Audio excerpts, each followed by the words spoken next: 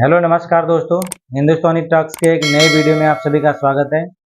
तो आज का वीडियो बेसिकली भारत और कनाडा के बीच में चल रहे संघर्ष के ऊपर है, जिसमें कनाडा ने पहले निज्जर के मौत को भारत का जिम्मेदार ठहराया था और उसके चलते इन्होंने भारतीय एम्बेसी से एक बड़े डिप्लोमेट्स को बाहर निकाल दिया था। तो इसी का पलटवार करते हुए भारत ने भी कुछ एक दो डिप्लोमेट्स को बाहर निकाला था, लेकिन अभी कल खबर आई है कि उन्होंने 41 डिप्लोमेट्स को, कनाडा के 41 डिप्लोमेट्स को भारत से बाहर का रास्ता दिखा दिया है। इस सबको देखते हुए पाकिस्तान की पब्लिक अपना क्या रिएक्शन देती है, क्या राय देती है, क्या उनको अच्छा लगता है कि भाई भारत एक उभरते हुए पावर के रूप में दिखाई दे रहा है पूरे विश्व में, कि कनाडा जैसे मुल्क से, देश से भारत फेस टू फेस सामना कर रहा है विदाउट एनी फेयर। ये होती है वर्ल्ड में एक अपनी पावर को मनवाना। बड़े बड़े देश, अमेरिका, रशिया, चाइना और बड़े बड़े देश के होते हुए भी कनाडा से भारत कैसे सामने फेस टू फेस लड़ाई कर रहा है, तो ये देख के पाकिस्तानी पब्लिक के बीच में क्या कलबली मचती है वो देखते हैं और मजे लेते हैं कि पाकिस्तानी पब्लिक हमारे लोगों को मानती है या नहीं मानती है, वो क्या कहती है। तो आज का वीडियो इसी के ऊपर, आइए देखते हैं वीडियो और आप भी मजे लीजिए, हम भी मजे लेते हैं। तो आइए देखते हैं वीडियो।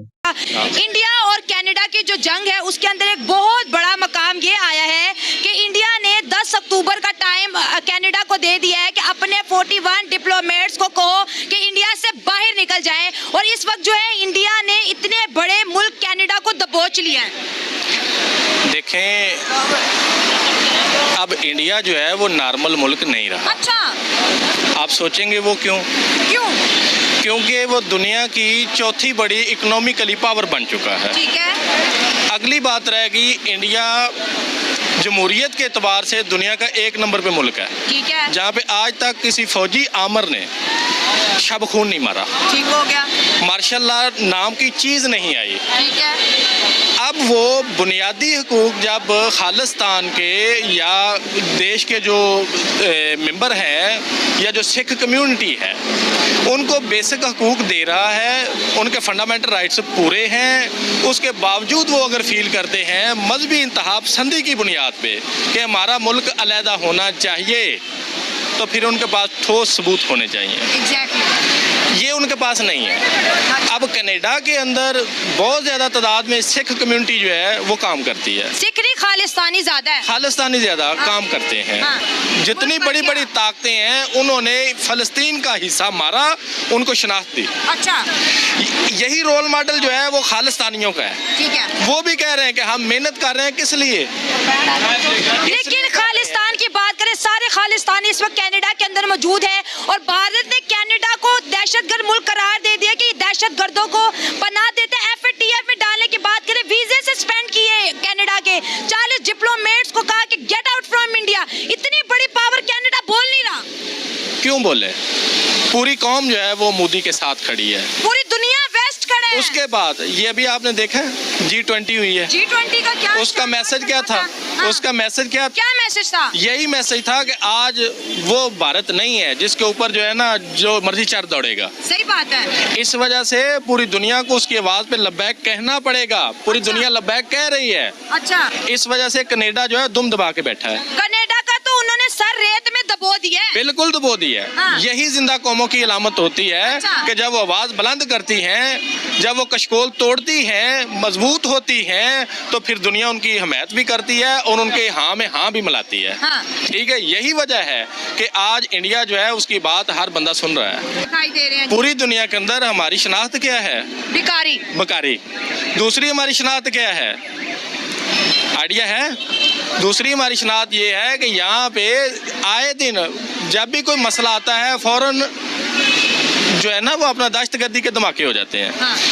यहाँ पे लोगों को बंद किया जाता है। जो भी आवाज़ आप बात कर रही हैं ठीक है, अल्लाह करे आप इसी तरह बात करती रहें, अपने तरीके से जो है ना वो लोगों को शऊर देती रहें। एग्जैक्टली अवेयरनेस है, बिल्कुल हम तो अवेयरनेस फैला रहे हैं कि दुनिया कहाँ पर चलेगी, दुनिया की पॉलिटिक्स कितनी स्ट्रांग होगी, दुनिया इतने बड़े बड़े मुल्कों से पंगे जो ले रहे हैं उसको दबोच रही है, उसको कहते हैं पाँव के बल जो घुटनों के बल गिरा रही है, लेकिन हम नरेंद्र मोदी ने कहा था कि मुझे तो समझ नहीं आती कि पाकिस्तान में बात किससे करनी है। ये बात उनकी बड़ी मशहूर ठीक है। है। हाँ। मैं तो ये कहूँगा कि अगर वो इंडिया जो है वो दूसरे ममालिक के सामने कैंडिडा के सामने आंखें निकाल रहा है, उसको कह रहा है कि भाई आप लोग यहाँ से जाओ, निकलो दफा हो जाओ। ठीक है, हाँ। तो वो अपने राइट पे है, वो ठीक कर रहा है। और हमें भी चाहिए कि पाकिस्तान में भी ऐसा ही सिस्टम होना चाहिए। हम पाकिस्तानी पहले उनसे आज़ाद हुए हैं, पहले हमारी करेंसी उनसे स्टैंडर्ड में थी, आजादी एक साथ मुल्क बना 1947, लेकिन थोड़ा सा फर्क है, ठीक है, एक साथ ही चले। और उनका देखिए अब पैसा कहाँ पे चला गया, वो दिन ब दिन तरक्की कर रहे हैं। हमारे मुल्क में दिन ब दिन हम नीचे आ रहे हैं। उसकी वजह ये है कि हमारे जो ऊपर बैठे हुए हुक्मरान हैं, ये जो आमरा है, ये बेसिकली सारी की सारी जो है ना गलत है। ये सिर्फ अपने पेट पे हाथ फेर रहे हैं। गरीब आदमी गरीब से गरीब तर होता जा रहा है, भी नहीं है। चलो ठीक है, देखिए हम अपने टॉपिक पे ये पाकिस्तान के मसले मसाइल रहते हैं। आज हम कनाडा और इंडिया को डिस्कस कर रहे हैं।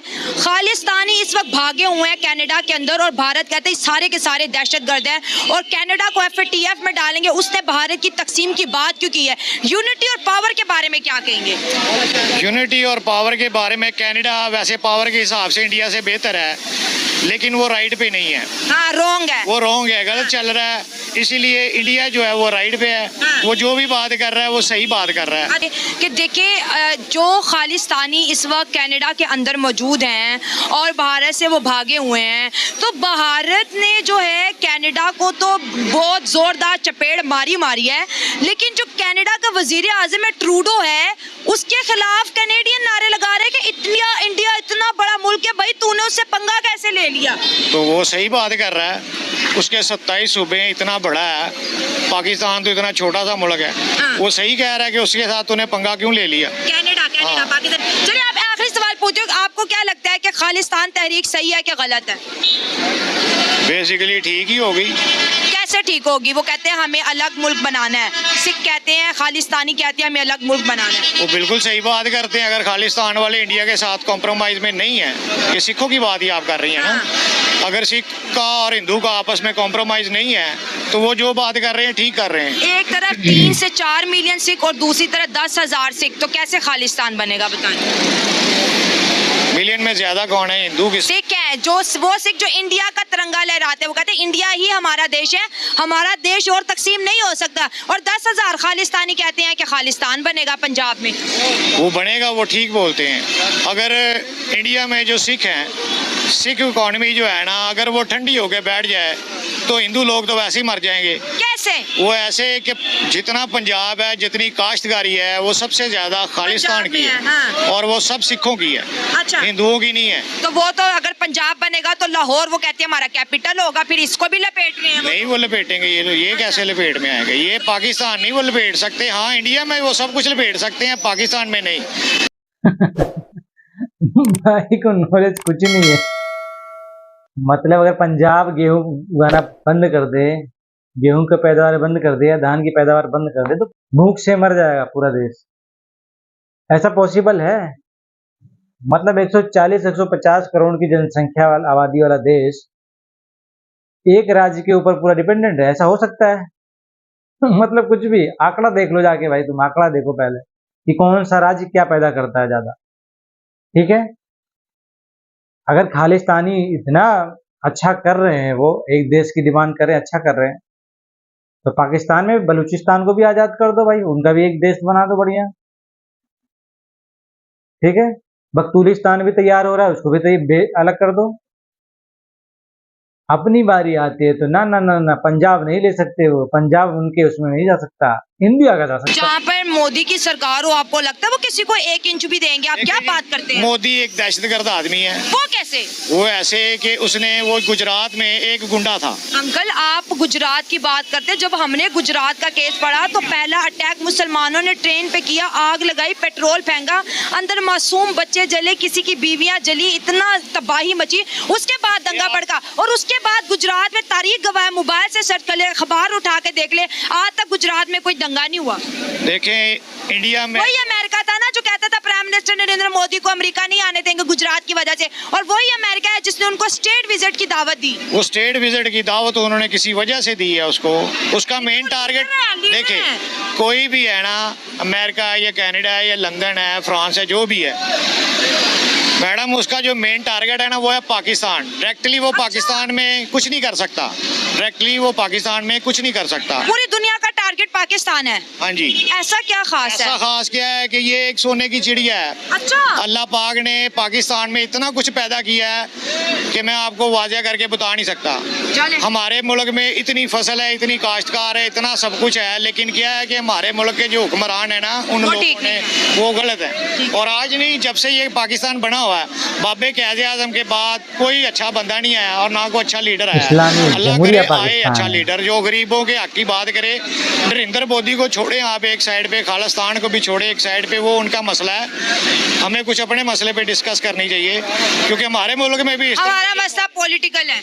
हमारा मसला यही कि ये तो उन्होंने मशीनरी में इलेक्ट्रॉनिक्स की चीज़ें अपनी बनानी शुरू कर दी हैं। बाहर से कुछ मंगवाते नहीं है, अपनी वो अपना खुद मेड इन इंडिया बना रहे हैं। हाँ। अपनी चाहे वो टोयोटा ले लें, यारिश ले लें, गाड़ियाँ जो भी हैं वो अपनी खुद बनाते हैं।